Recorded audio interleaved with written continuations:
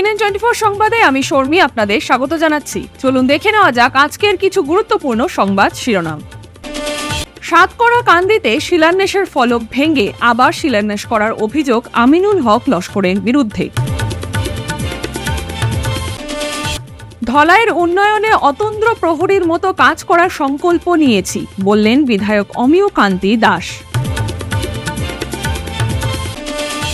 নালুগাঁওয়ে আহতদের পাশে বিধায়ক আমিনুর রশিদ চৌধুরী শিলচর মেডিকেলে গিয়ে নিলেন স্বাস্থ্যের খোঁজ। ৪৮ লক্ষ টাকা ব্যয়ে সাব হেলথ সেন্টারের বিল্ডিং এর কাজের শিলান্যাস করলেন সোনাইয়ের বিধায়ক আমিনুল হক লস্কর। এখন আসছি বিস্তারিত সংবাদে। শিলান্যাস করার প্রকল্পের ফলক ভেঙে আবার শিলান্যাস করার অভিযোগ উঠল সোনাইয়ের বিধায়ক আমিনুল হক লস্করের বিরুদ্ধে। বৃহস্পতিবার সাতকড়াকান্দি এলাকায় একটি সাব হেলথ সেন্টারের কাজের শিলান্যাস করেছিলেন সোনাইয়ের নবনির্বাচিত বিধায়ক। এই অনুষ্ঠানের পর এক সাংবাদিক সম্মেলন করে আমিনুল হক লস্করের বিরুদ্ধে অভিযোগ তুলে সরব হলেন স্থানীয় একাংশ লোক। সাংবাদিক সম্মেলনে বক্তব্য রাখতে গিয়ে বাঁশকান্দি আঞ্চলিক পঞ্চায়েতের সভানেত্রীর স্বামী শামসুল ইসলাম বড়ভূইয়া ওরফে বুট্টু বলেন, নির্বাচনের আগে এই প্রকল্পের শিলান্যাস করা হয়েছে। তৎকালীন বিধায়ক করিমউদ্দিন বড়ভূইয়ার প্রতিনিধি নূর আহমেদ বড়ভূইয়া স্থানীয় জনসাধারণের উপস্থিতিতে কাজের ফলক উন্মোচন করেন, কিন্তু রাতের অন্ধকারে পুরনো ফলক ভেঙে নিজের নামে নতুন সাইনবোর্ড বসিয়ে এলাকায় ফলক জেহাদ শুরু করে দিয়েছেন আমিনুল হক বলে গুরুতর অভিযোগ তুলেন তিনি।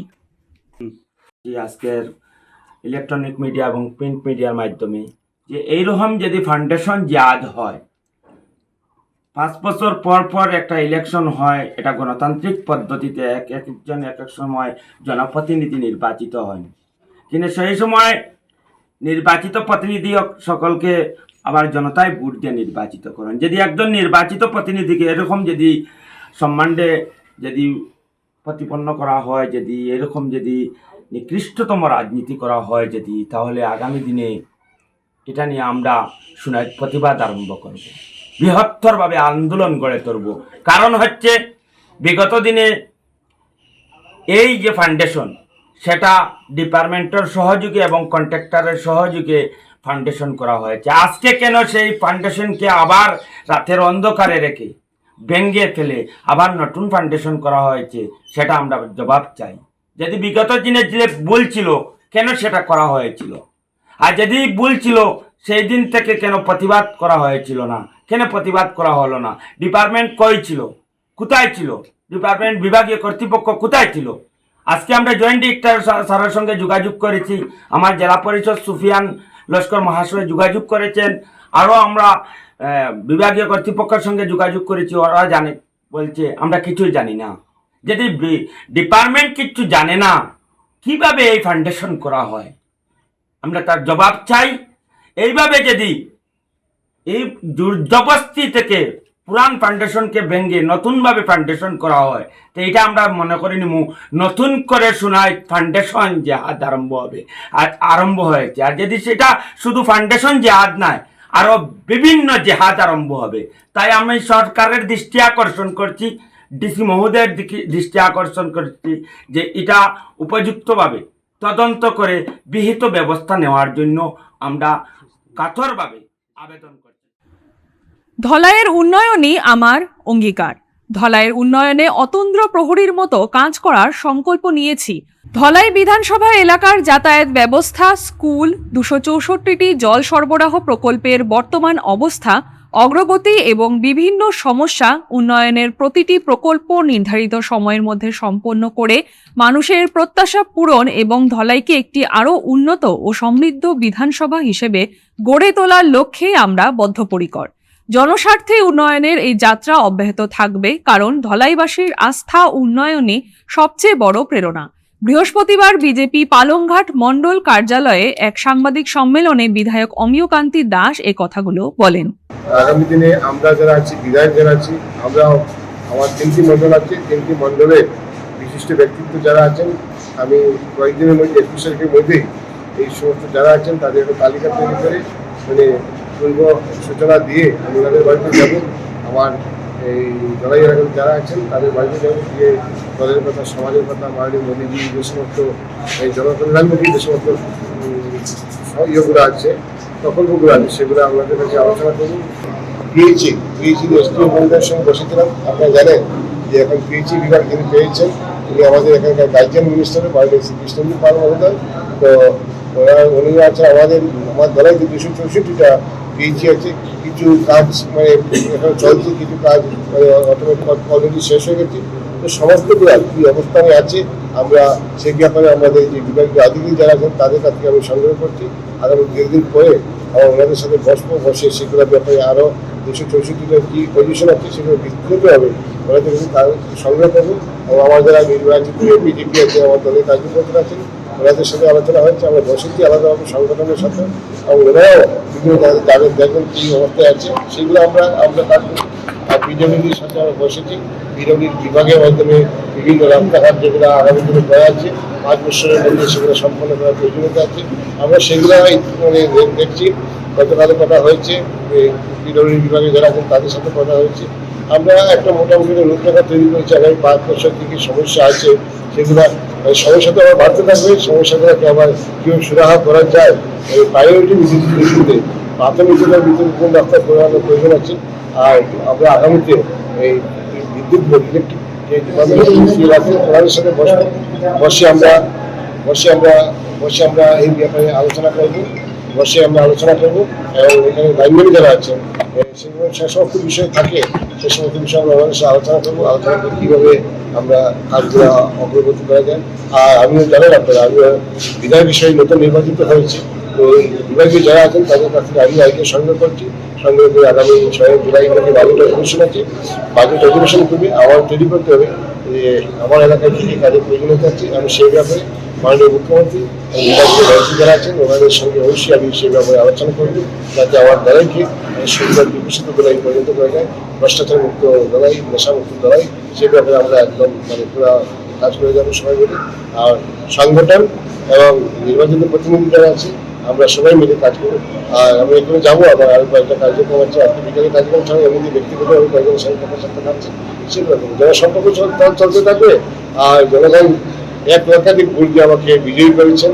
জনগণের কাজ আমি অহরাত্রে আমি সদা অত্যন্ত প্রহরীর মতো আমি দাঁড়িয়ে আছি ওনাদের এই কাজগুলো সম্পন্ন করে। পাথারকান্দির নালুগাঁওয়ে সংগঠিত মব লিঞ্চিং এর ঘটনায় আহত ইসলাম উদ্দিন ও আমির উদ্দিন এবং কাটিগড়ায় গণপিটুনির শিকার ইমরান হোসেনের স্বাস্থ্যের খোঁজ নিলেন দক্ষিণ করিমগঞ্জ সমষ্টির বিধায়ক আমিনুর রশিদ চৌধুরী। বৃহস্পতিবার শিলচর মেডিকেল কলেজ ও হাসপাতালে উপস্থিত হয়ে তিনি আহতদের সঙ্গে সাক্ষাৎ করেন এবং তাদের শারীরিক অবস্থার খোঁজ খবর নেন। পাশাপাশি চিকিৎসা ব্যয়ের সহায়তা হিসেবে নগদ আর্থিক সাহায্য প্রদান করেন এবং আহতদের পরিবারের সদস্যদের সঙ্গে কথা বলে প্রয়োজনীয় সহযোগিতার আশ্বাস দেন। এদিন বিধায়ক শিলচর মেডিকেল কলেজের অধ্যক্ষ ডক্টর ভাস্কর গুপ্তার সঙ্গে সাক্ষাৎ করে আহতদের উন্নত চিকিৎসা নিশ্চিত করার বিষয়ে আলোচনা করেন। তিনি প্রয়োজনে গুরুতর আহতদের গুয়াহাটি মেডিকেল কলেজ ও হাসপাতালে রেফার করার অনুরোধ জানান। বিধায়ক আমিনুর রশিদ চৌধুরী আহতদের দ্রুত আরোগ্য কামনা করে বলেন, আইন নিজের হাতে তুলে নেওয়ার প্রবণতা কোনোভাবেই গ্রহণযোগ্য নয়। তিনি জেলা প্রশাসন ও পুলিশ প্রশাসনকে ধন্যবাদ জানিয়ে বলেন, ঘটনার সঙ্গে জড়িতদের বিরুদ্ধে ইতোমধ্যে আইনানুগ ব্যবস্থা গ্রহণ করা হচ্ছে।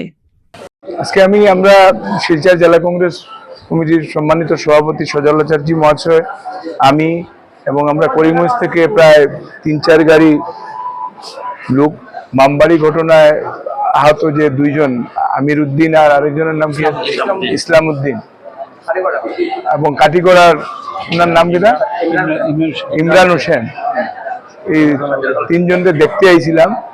তো দেখিয়ে এখন করছি, আপনার একজনের এখনো এয়ারগানের যে গুলিগুলো এখনো বাইর করতে পারছেন না, 2 জনেরই এয়ারগানের গুলি আছে।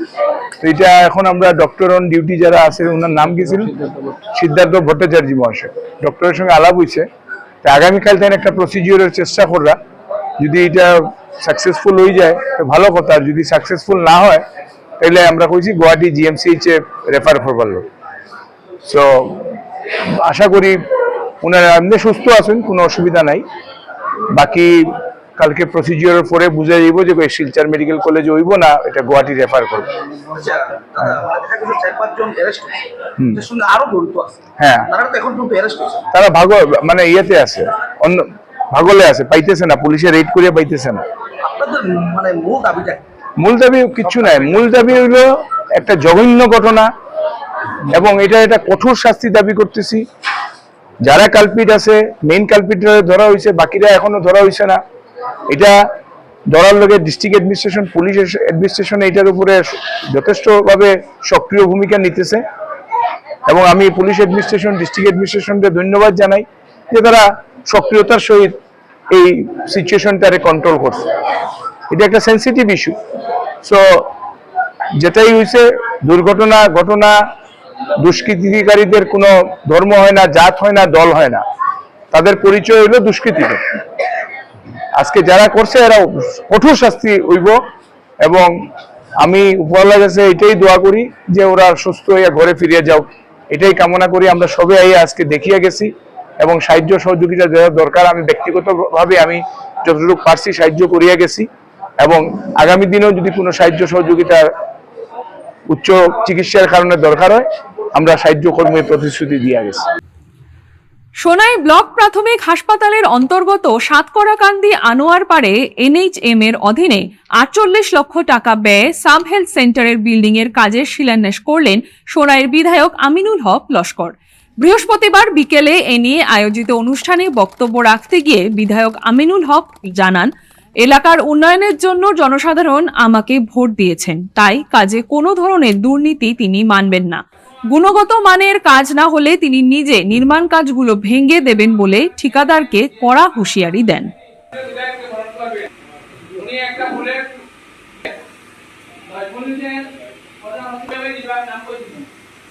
বিল্ডিং রান করেছেন আর এই বিল্ডিং রানটার কন্ট্রাক্টর এখানে উপস্থিত আছে। আমরা চাই যে এই হসপিটালটা এমন ভাবে হোক, পরিকাঠামোটা এমন ভালো হোক যাতে একজন ডাক্তার এসে থাকতে পারে, একজন নার্স তারা থাকতে পারে, বালা এরিয়ার মানুষের সুচিকিৎসা ব্যবস্থা করতে পারে। যেহেতু আমার কন্ট্রাক্টর সাহেব আপনি কন্ট্রাক্ট পেয়েছেন টেন্ডার দিয়ে, আপনাকে আমরা ওটাই বলবো যে গুণগত মানের কাজ চাই, আমরা গুণগত মানের কাজ চাই। আপনি আপনার ক্রেডেনশিয়ালের উপরে ডিপার্টমেন্টে আপনাকে কাজ দিয়েছে, আপনি কাউকে সাব কন্ট্রাক্ট দিবেন না যার কোনো ক্রেডেনশিয়াল নাই। আপনি ক্রেডেনশিয়াল নাই, আপনি আপনার মানুষ দিয়া তদারকি করে আপনি ম্যাটেরিয়াল সাপ্লাই দেন। আমি বেশ অনুরোধ করতে পারবো যে স্থানীয় যারা মেস্তরি আছেন, যুগালি আছেন তাদেরকে নেন, তাদেরকে নিয়ে আপনার তত্ত্বাবধানে আপনার ব্যবস্থাপনায় কাজ হোক, সুন্দর কাজ হোক, ভালো কাজ হোক। শিলচর সার্কিট হাউস রোডের এক বিবাহ ভবনে গতকাল শিলচরের সুপরিচিত ক্রীড়া প্রশাসক বাবুল হোরের শুভানুধ্যায়ীরা বেশ ঘটা করেই তার 75তম শুভ জন্মদিন কেক কেটে এবং নানান ধরনের অনুষ্ঠানের মাধ্যমে পালন করলেন। অনুষ্ঠানের শুরুতে বাবুল হোর অনুষ্ঠানে আগত বড়দের পা ছুঁয়ে আশীর্বাদ নেন এবং অন্যান্যদের নিকট হতে অনেক শুভেচ্ছাও গ্রহণ করেন। এরপর বাবুল হোর নিজের নাতনি আরিজা ও নাতি অরিকেতকে সঙ্গে নিয়ে নিজের জন্মদিনের কেক কাটে। এই জন্মদিন অনুষ্ঠানে জেলা ক্রীড়া সংস্থার প্রায় সকল সদস্যগণ, ক্রীড়াবিদগণ, ব্যবসায়ী মহল, সাংবাদিকগণ, প্রশাসনিক রাজনৈতিক ব্যক্তিত্ব সহ সমাজের বিভিন্ন স্তরে থাকা তার শুভানুধ্যায়ীরা উপস্থিত ছিলেন। সাথে তার জন্মদিন উপলক্ষে পরিবারের পক্ষ থেকেও 2 ছেলে ও পুত্রবধূরাও যোগদান করেছিলেন।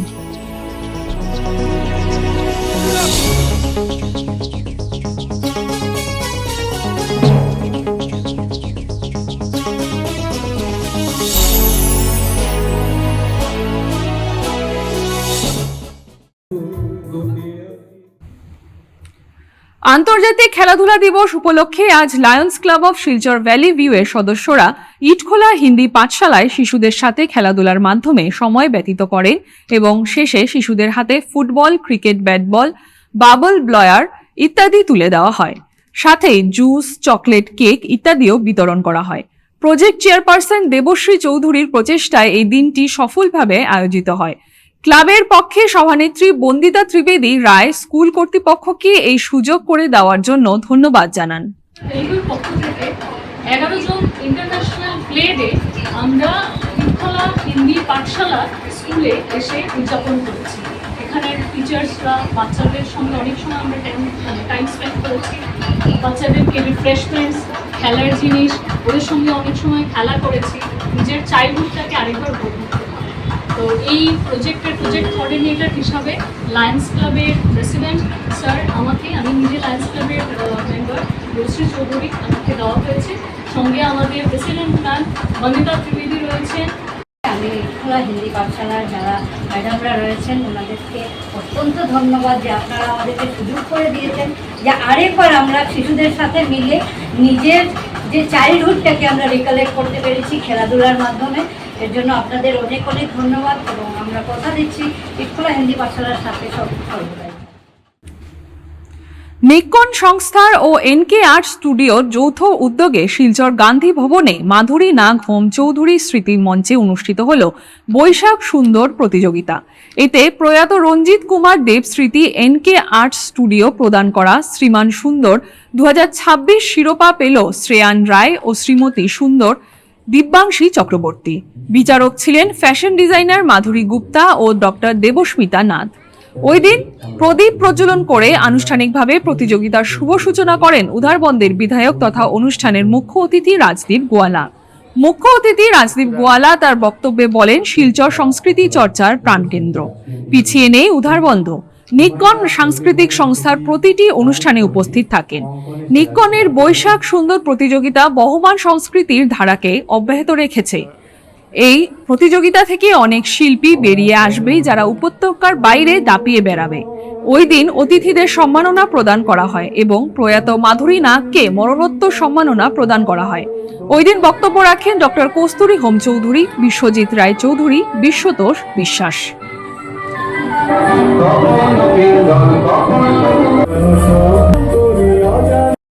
কে পেয়েছে তাও দেখবেন আপনারা। এই অনুষ্ঠানটি আয়োজন করা হয়েছে। এই মঞ্চটি প্রয়াত মাধুরী নাগ চৌধুরী ওনার স্মৃতিতে উৎসর্গ করা হয়েছে। আমার শ্রদ্ধাঞ্জলি এবং প্রণাম নিবেদন করছি। আজকে এই যে অনুষ্ঠানটি আয়োজন করতে CNN 24 সংবাদ আজকের মতন এই পর্যন্তই।